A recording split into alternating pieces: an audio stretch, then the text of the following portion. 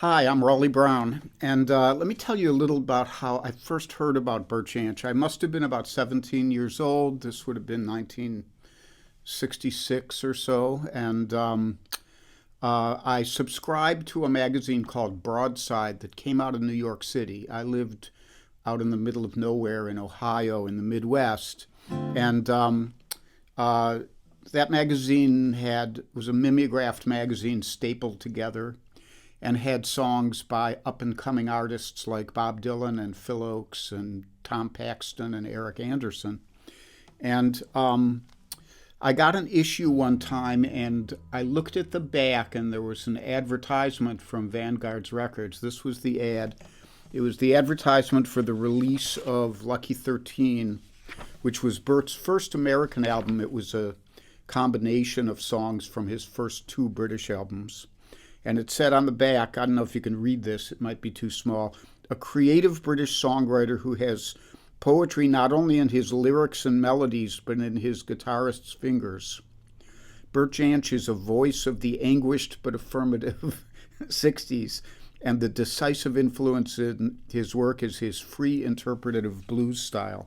Well, that was all I needed to hear, so I went down to my local little music shop, who had, of course, never heard of Bert Jansch, and ordered that record, and they got it in. My first copy was monaural. It was before stereo. And they got it in after a couple weeks, and I took it home and listened to it and heard Angie and all those other beautiful instrumentals, plus the great songs that Bert wrote, and I was hooked. And from then on, I was a big Bert Jansch fan.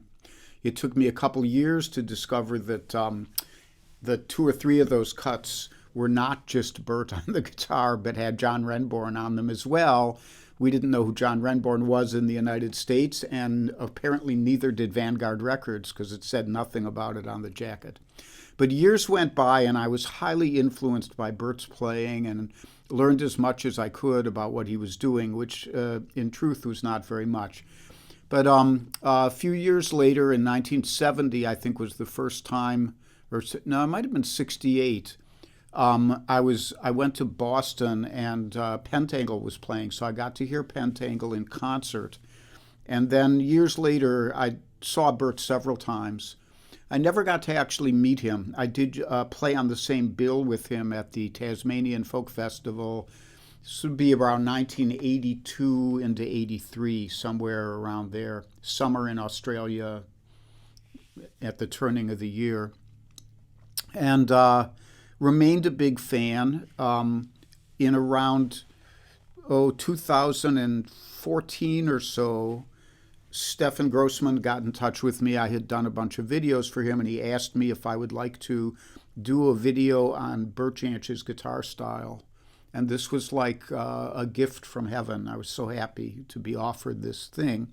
So I did the video. It still exists. You can find it at guitarvideos.com, which is the Stefan Grossman's Guitar Workshop website. And out of that, having done that video, with which I'm, whenever you look back at something like that, you start to go, oh, I could have done that a little better. But in general, I'm still very, very pleased with the result of it. And I think a lot of people have gotten to learn some of Bert's interesting tunes from it.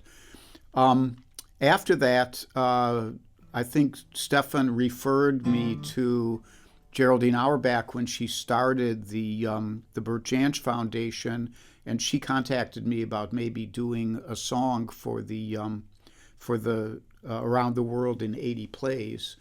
I immediately set to work writing an instrumental and wrote a tune which I named Honor the Gardener. And it's really in honor of Bert's playing, and it's specifically designed, from my point of view, to incorporate some of the devices that Bert used in his playing, and then still write something that was original. Because if there's anything you should take from original musicians like Bert, it's don't just imitate the original musician, imitate their originality and try to write stuff yourself.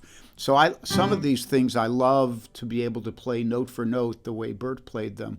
But more often than not, I would rather come up with something of my own. And this tune is that. And I'm going to play it for you in a second here, and I hope you enjoy it as much as I enjoyed writing it. And it's here on this wonderful Bert Jansch guitar from the Yamaha people with its built-in reverb, and I was very favorably impressed. It's got great sound even without the verb turned on. And so here is Honor the Gardener.